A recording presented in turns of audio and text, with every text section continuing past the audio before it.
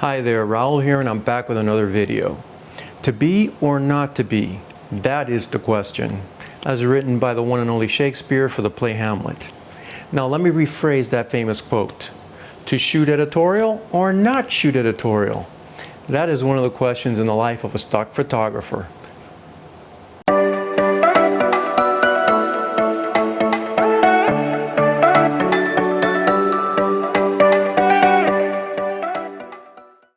In today's video, I will be discussing the topic of editorial images in stock photography.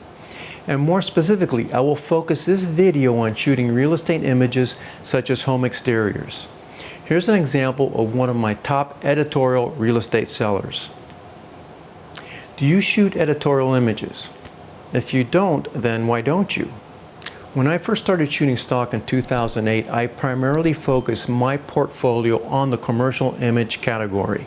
I knew very little about the editorial category. I had the misconception that editorial images were primarily focused on news events that were covered primarily by photojournalists.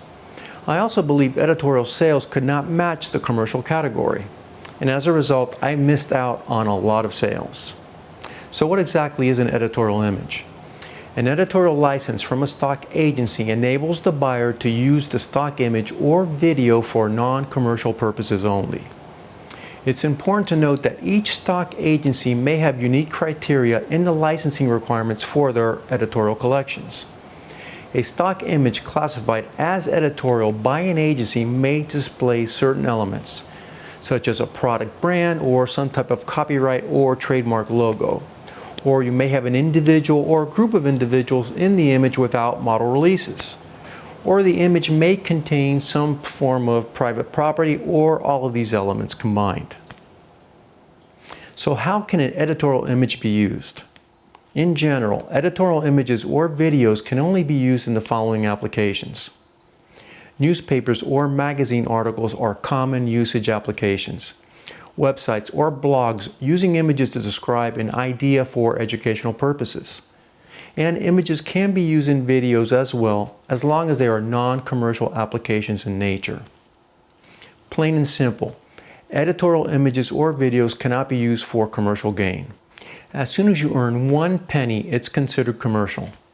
So in summary, editorial license images or videos cannot be used for any commercially driven purposes, including advertising or promotions. Okay, we now have a general understanding of what editorial stock is.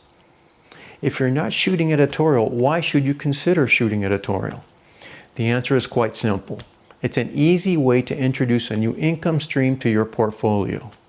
In addition, shooting editorial in most cases is easier than shooting commercial images. How's it easier? Have you encountered situations where you're out shooting and you had to adjust your composition because there was a trademark or a logo in the scene that really could not easily be removed? Or perhaps there are people in the composition and you don't have any model releases for those individuals. We're not earning a lot of money from stock these days, so we need to look for ways to streamline our post-production process. So instead of making complicated Photoshop edits, embrace the scene in front of you and submit the image as an editorial image. Make your life easy as a stock photographer. You also have the option to submit an editorial commercial version if you choose. Editorial images can be classified into several categories. There's news and current events. We have the entertainment category. There's the environment, that's always a hot topic as well. We have beauty and fashion. There's the sports category for the sports lovers. There's the healthcare category with the pandemic at the forefront of much of the news these days. And there's a category I'm calling buildings and architecture. For this video, I will cover the buildings and architecture category. And more specifically, I want to focus on residential real estate. I believe this category has great potential for sales. I have numerous editorial residential real estate images in my portfolio that are frequent sellers that I will share with you. One important point for clarification is that when you photograph a single home, that image will be considered editorial if you don't have a property release. That's fairly obvious. However, if you photograph a row of homes, From an angle, some agencies may consider the image for the commercial category if the focus is not on a single home. Here's an example. That's a very important distinction to remember. You don't have to go very far to shoot real estate. You can start by photographing homes around your neighborhood. In fact, you can start by photographing your own home. Here are examples of homes that I have photographed in my neighborhood. These are luxury estate homes surrounding a golf course in the city of Coral Gables in Miami. These are Mediterranean and Art Deco style homes dating back to the 1920s to the 1950s. These images sell on a weekly basis. You're not limited to shooting in your city. Whenever I travel, I always plan a shoot of some of the residential areas to capture images of interesting homes. I research the area beforehand and look for historic neighborhoods with interesting architecture. Here are some of my editorial images of homes for my travels. These images are from Naples, Florida, which has some of the highest real estate values in the U.S. These homes are located in Old Naples, which is an oceanfront community with some beautiful luxury estate homes. This is a very, very wealthy area. The homes range from modern to Mediterranean and other architectural styles. These images from Naples are also frequent sellers. Here are a few images of luxury homes from the Tampa, Florida area along the bay. These wood frame homes are from Seaside, Florida, a coastal community in North Florida. These are primarily vacation-style homes. This particular home was used in the movie The Truman Show by Jim Carrey. These images from the Florida Panhandle are also frequent sellers. These images are from Everglades City, a small town right smack in the middle of the Florida Everglades. These rustic wood frame homes are very interesting and they also sell. Here are some images from Charleston, South Carolina. These homes are from the historic French Quarter district, a beautiful upscale community located along Charleston Bay.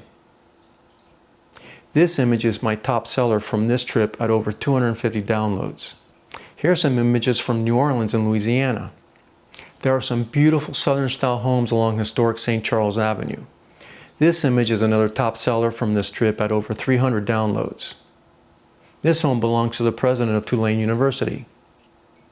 These images of homes from the French Quarter are also very popular. I have over 250 images of colorful homes from the French Quarter and surrounding areas. I consistently sell a few of these images every single week. And here are some images from the Galveston, Texas area, including some historical Victorian style homes. These homes with the classic Queen Anne architecture style are from the Silk Stocking district. It's incredible these beautiful homes are still standing after all the hurricanes experienced in Galveston. These images of these historic homes, again, sell quite frequently. And here we have some unique vacation homes from Tiki Island by Galveston. These are some very interesting waterfront properties. All of the homes on this island have ocean access, so every home has a boat docked in the back. Here's a pic of the rear of the homes, for example. I was lucky because I have a friend that owns a vacation home on the island, so I stayed at his place and I drove around the island on his golf cart photographing all these homes. Many of these images are also frequent sellers. Here's a few homes from the Texas Hill Country just outside of Austin. This home is called the Sequest House, and it's also a historic home in the small town of Mason. And here's a tiny cottage home in the beautiful small town of Wimberley. Believe it or not, this image of this tiny home is a frequent seller. Pictures of tiny homes are apparently very popular. And moving across the country, here are some images from Arizona. These are from the popular Sedona area. These are modern Adobe style homes. There's some very interesting architecture in the American Southwest. And back to Florida, here are some images from the historic residential district in Key West. These are all vintage wood frame homes, many of which are on the National Register of Historical Homes. This image is one of my best sellers from all of my Key West visits. Buyers love this image with a colorful and classic Volkswagen parked out front. It's super psychedelic, like it's from the 60s. As you can see, I enjoy photographing homes, and I'm earning a little income at the same time. One important point to highlight is that all of these editorial images were taken from public roads. Therefore, avoid private gated communities because your access will obviously be restricted and photography will most assuredly be prohibited. The real estate category can and will drive new sales to your portfolio. Will you generate a top 10 bestseller image from one of your images? Probably not. However, these images will generate a steady flow of income, and more importantly, they will drive buyers to your portfolio.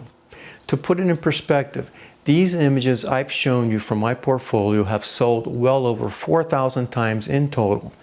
So there's great potential for additional sales if you start capturing real estate images.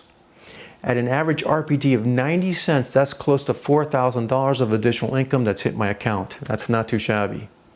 If you still have doubts, take a picture of your own home and see if it sells. You have absolutely nothing to lose.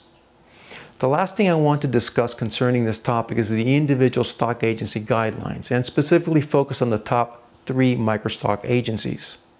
Beginning with Shutterstock, they are open to accepting the majority of residential real estate images. The only exception may belong to some private homes that are considered national historic landmarks, such as a Biltmore Estate in North Carolina. iStock Photo closely follows Shutterstock's policies and is fairly open as well. Adobe Stock, on the other hand, is a bit more restrictive in their editorial acceptance guidelines. Adobe Stock has the "This is illustrative editorial content" checkbox on the submittal page. They will accept some editorial images. However, in my experience, they will reject more images than they accept images. So apparently there's an inconsistency between reviewers. In addition, I find it ironic that they will gladly accept residential real estate images if you have a property release. For example, this image is of a luxury home owned by a friend of mine, and he gave me permission to sell as commercial with a property release. This image has sold over 250 times on Adobe Stock in less than 2 years.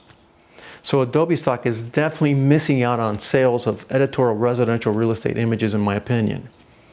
It's also ironic that they partnered with Reuters to offer a huge editorial collection, yet they won't accept other forms of editorial images such as real estate. The majority of the middle and smaller tier agencies accept these editorial submissions. These agencies include Deposit Photo, Dreamstime, 123, and many others. So if you find yourself with some free time due to all of the COVID restrictions, then I suggest you plan a real estate shoot in your community to test the waters. You might find it beneficial for your stock portfolio. Okay, this wraps up my video. Thanks for viewing, and I hope you found this information useful. Please feel free to ask me any questions concerning this topic. If you liked it, please hit that thumbs up. I have other videos on stock photography, so check them out for more valuable tips. I hope you subscribe to my channel. I have several more videos planned in the near future, so thanks and enjoy the ride.